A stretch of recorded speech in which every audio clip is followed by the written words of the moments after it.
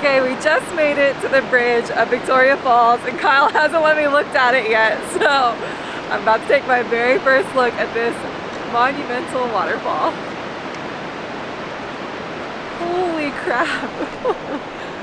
Wow! It's huge! I'm like tearing up, what's wrong with me?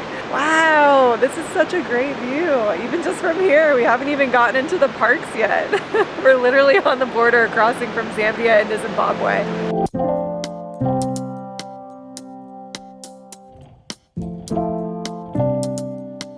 Today we'll be showing you a full guide to exploring all of the Victoria Falls area.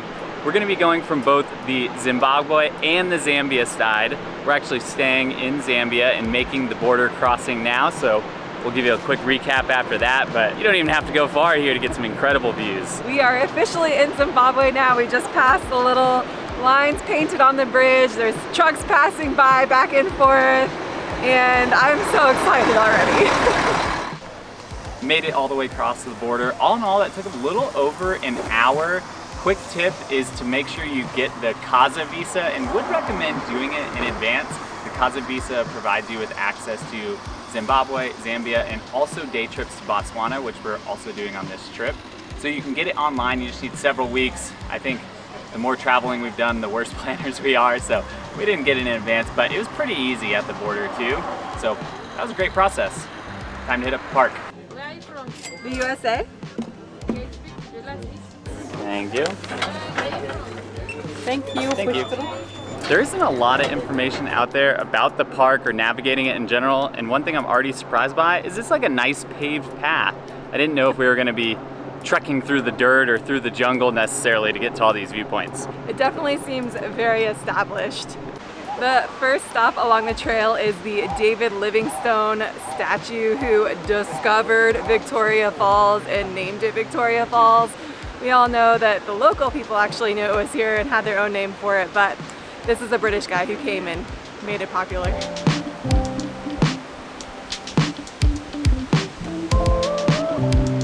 There are 16 official viewpoints, but you can see people looking out over the ledge all along the different paths. We're gonna try and hit up all of them today. Stop number one is Devil's Cataract. It's one of the more well-known areas along this trail here in Zimbabwe. It's got some great views. I was gonna say what looks like the start of the falls, but really maybe just the most western point, and also the cliffs going all the way down. Along the way there are lots of signs, so we're picking up some facts, and this is the lowest part of the waterfall that we're going to see today.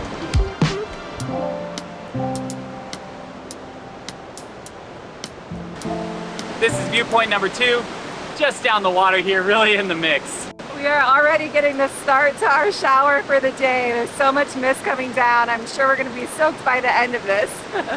Speaking of the water flow, we are here in the month of May, which is the start of the rainy season.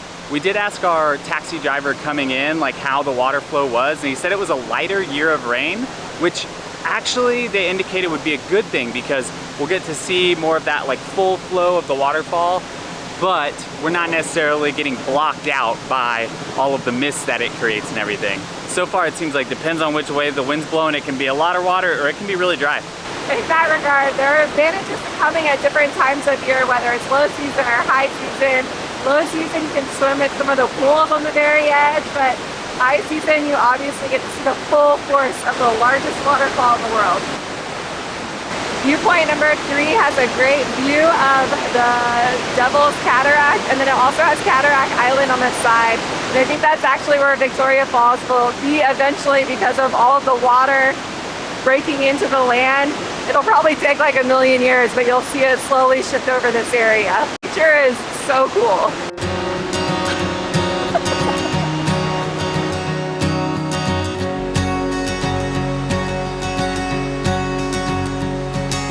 There's a good amount of people here, but not too overwhelming. You can still get up to the front and see the views.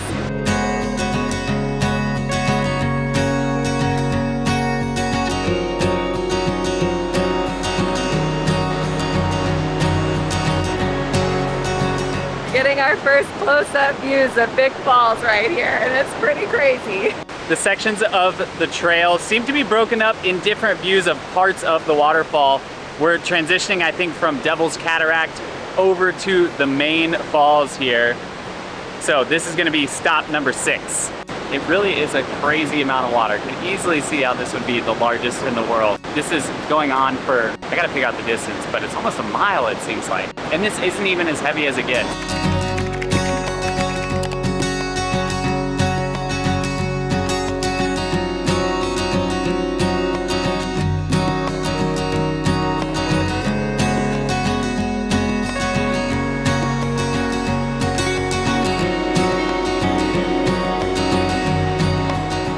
Although there are some crowds at each of the viewpoints, I'm sure it's not as high as it can be in July and August when they're truly in their busy season. So we're in for the shoulder season again, but we're at this viewpoint all by ourselves. We just had to wait it out a second in between groups. Hopefully the sound is coming through this. You get the thunder of the falls, as they say, and then even aside from that, there's the constant buzzing of the helicopters circling around too. Sometimes I give Rebecca hard times about going heavy on the facts, but I feel like we need some like how many gallons of water per minute, or, I don't know, comparisons to something about telling you how big this really is. I think Niagara Falls is technically wider, and it's one in Venezuela. I think it's Iguazu maybe. The ones in South America are technically taller. But this is the largest.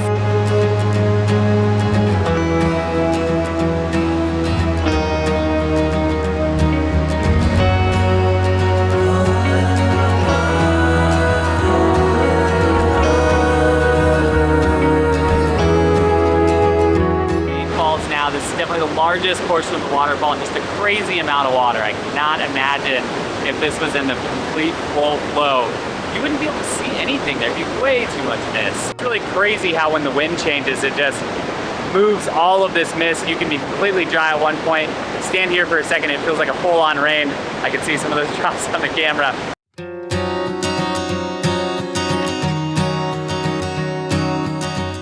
There's a monkey on the road. It's our first wildlife. Also, not planning to feed it, because don't feed the wildlife.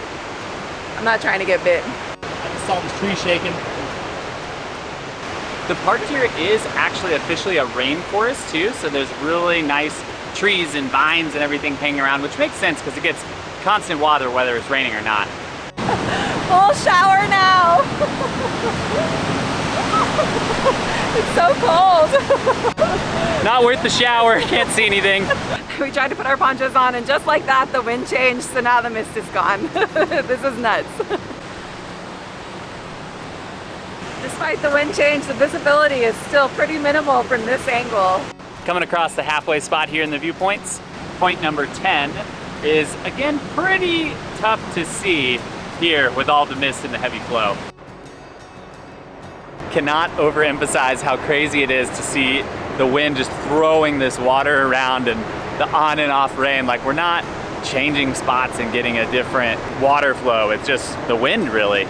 And it's not windy out. It's just how it blows through the gorge, I think.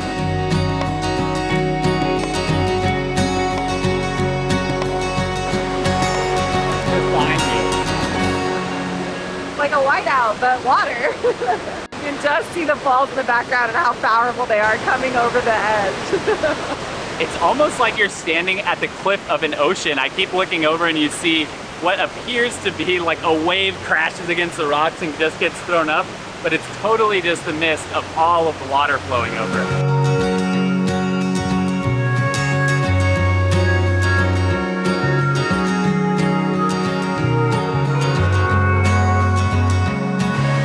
Moments where you can see the falls and it peeks through, and then all of a sudden there's a huge cloud of mist that just overtakes you with like a rainfall. This has been so much fun. We are still in a little bit of a denial. We brought our ponchos, but trying not to stand out like a giant banana. I think even more so just like the discomfort of being all soggy inside of the poncho. And so far, I'd say we're damp. We're not wet, we're not soaked, we're damp. Trending upward.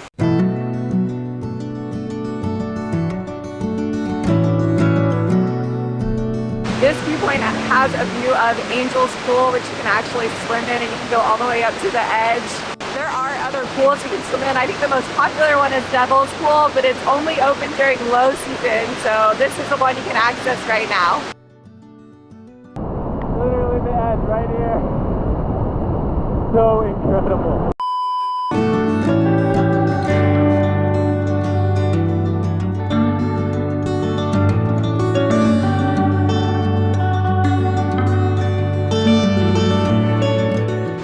Mentioned a few of the activities like swimming in the pools on the edge or the helicopters up above. We've also seen bungee jumping from the border bridge and zip line. I know you can do a boat tour in the evenings. You can walk around the different islands. And then during the low season, you also can do rafting and kayaking along the Zambezi River. I guess we'll put this on even though I'm already very wet. This is magnificent. This is the last stop, a view of the boiling point where you can see the cauldron of water kind of mixing together. You have a spectacular view of the whole falls.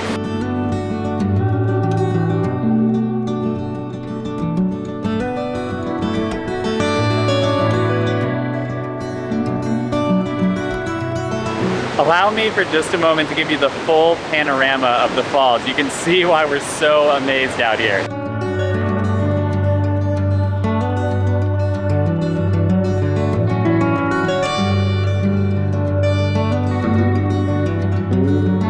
Alright, even more activities we didn't know about. They have abseiling, which I think is just rappelling, which does seem like it'd be pretty sweet.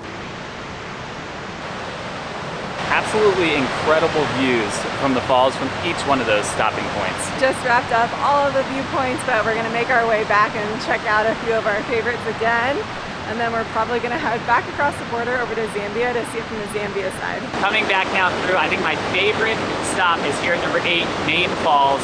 Incredible full views of the waterfall, and there's not a lot of overspray despite the camera lens getting rained on right now. Viewpoint number 7 has a great view of Devil's Cataract, which before today I thought was just like an eye disease that you had to have surgery for, but it's actually also a waterfall.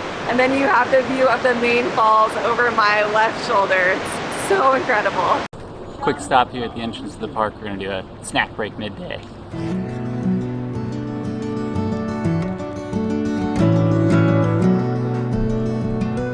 Crossing back over the border into Zambia, it's kind of funny.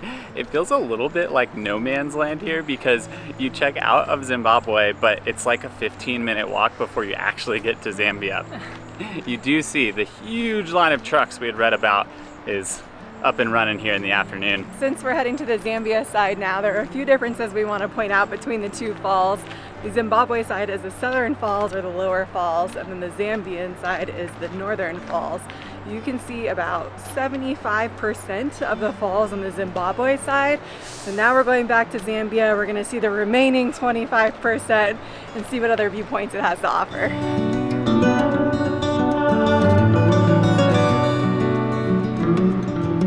Wow, it's still incredible. I also really don't love these trucks driving by because the whole bridge shakes and it's really creepy.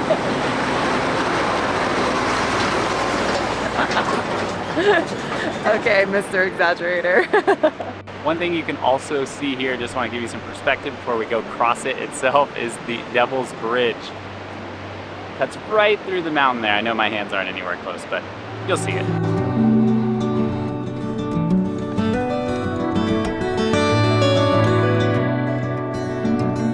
We are now in the national park on the Zambia side, and this one was only $20 to enter compared to $50 USD on the Zimbabwe side. Granted, you are going to see less of the falls here. Here on the Zambia side, they go by the indigenous name, which is Mosioatunyi. We're some of those people who we want to like see it from every angle, so definitely worth both sides, and we're going to check out the whole thing.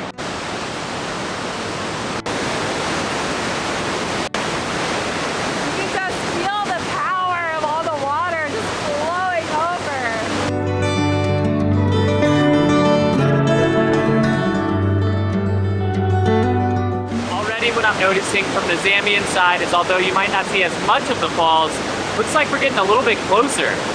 What we're realizing now that we're over here is a couple things wrong. First, I want to point out, look how far we walked. We walked from the other side around this huge bridge all the way back. We're also now realizing it's not really north and south side, it's more like east and west side because it's shaped in a T and it all feeds out the bottom of the T. So the falls go way that way up the river. The river is so wide that it catches it on the T, and then everything funnels to that boiling point and then downriver. Another thing we got wrong is we're calling this Devil's Bridge. I think we had some like water slides in our mind, Devil's Backbone or something. This is Knife's Edge Bridge. It's raining down, we're gonna poncho up. That's a long way down. This is kind of crazy. It's just a complete downpour. You really get soaked walking over that bridge. I would say that ponchos or a rain jacket are a must, but oh, is it worth it? There's like 3 rainbows right here.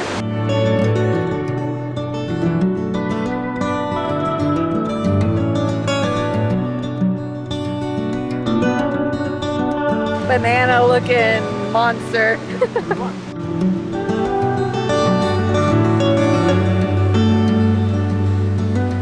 Zambia only having 25% of the waterfall, it feels so much bigger here, so much more powerful, and I feel like you can really see a lot more of it. This is incredible. The amount of water here is completely indescribable. It is just so much water, so much force. Also, in early apology, Rebecca and I have already acknowledged how many waterfall videos is too many waterfall videos. Hopefully each shot's coming off unique to you, but this is just way too cool.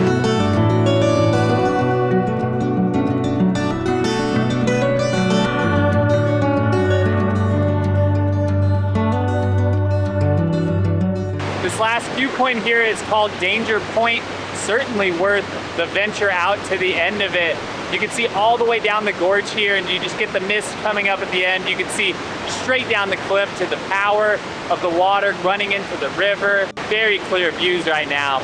This is exceeding our high expectations.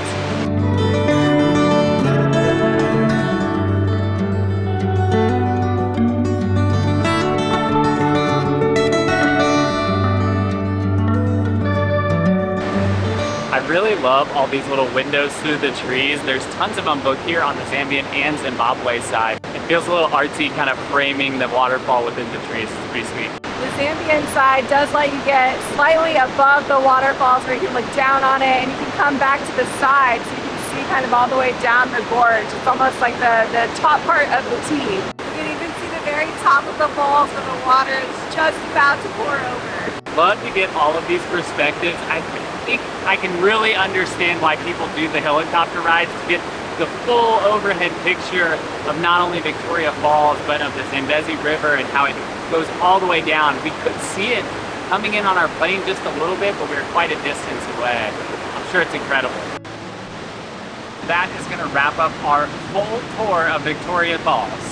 I personally preferred the Zambian side, but think it's definitely worth going to both sides to see the full picture of just how insanely large these waterfalls are. Yeah, there's really kind of advantages and disadvantages to both, and maybe we'll make a later video with full tips on how to visit Victoria Falls and maximize it. The main point is this is an incredible wonder that you should definitely find an opportunity to make a visit. We have more adventures coming up here in Southern Africa, so be sure to subscribe so you can stay tuned for what we get up to next. St. Nick Travels. It's hard to do that.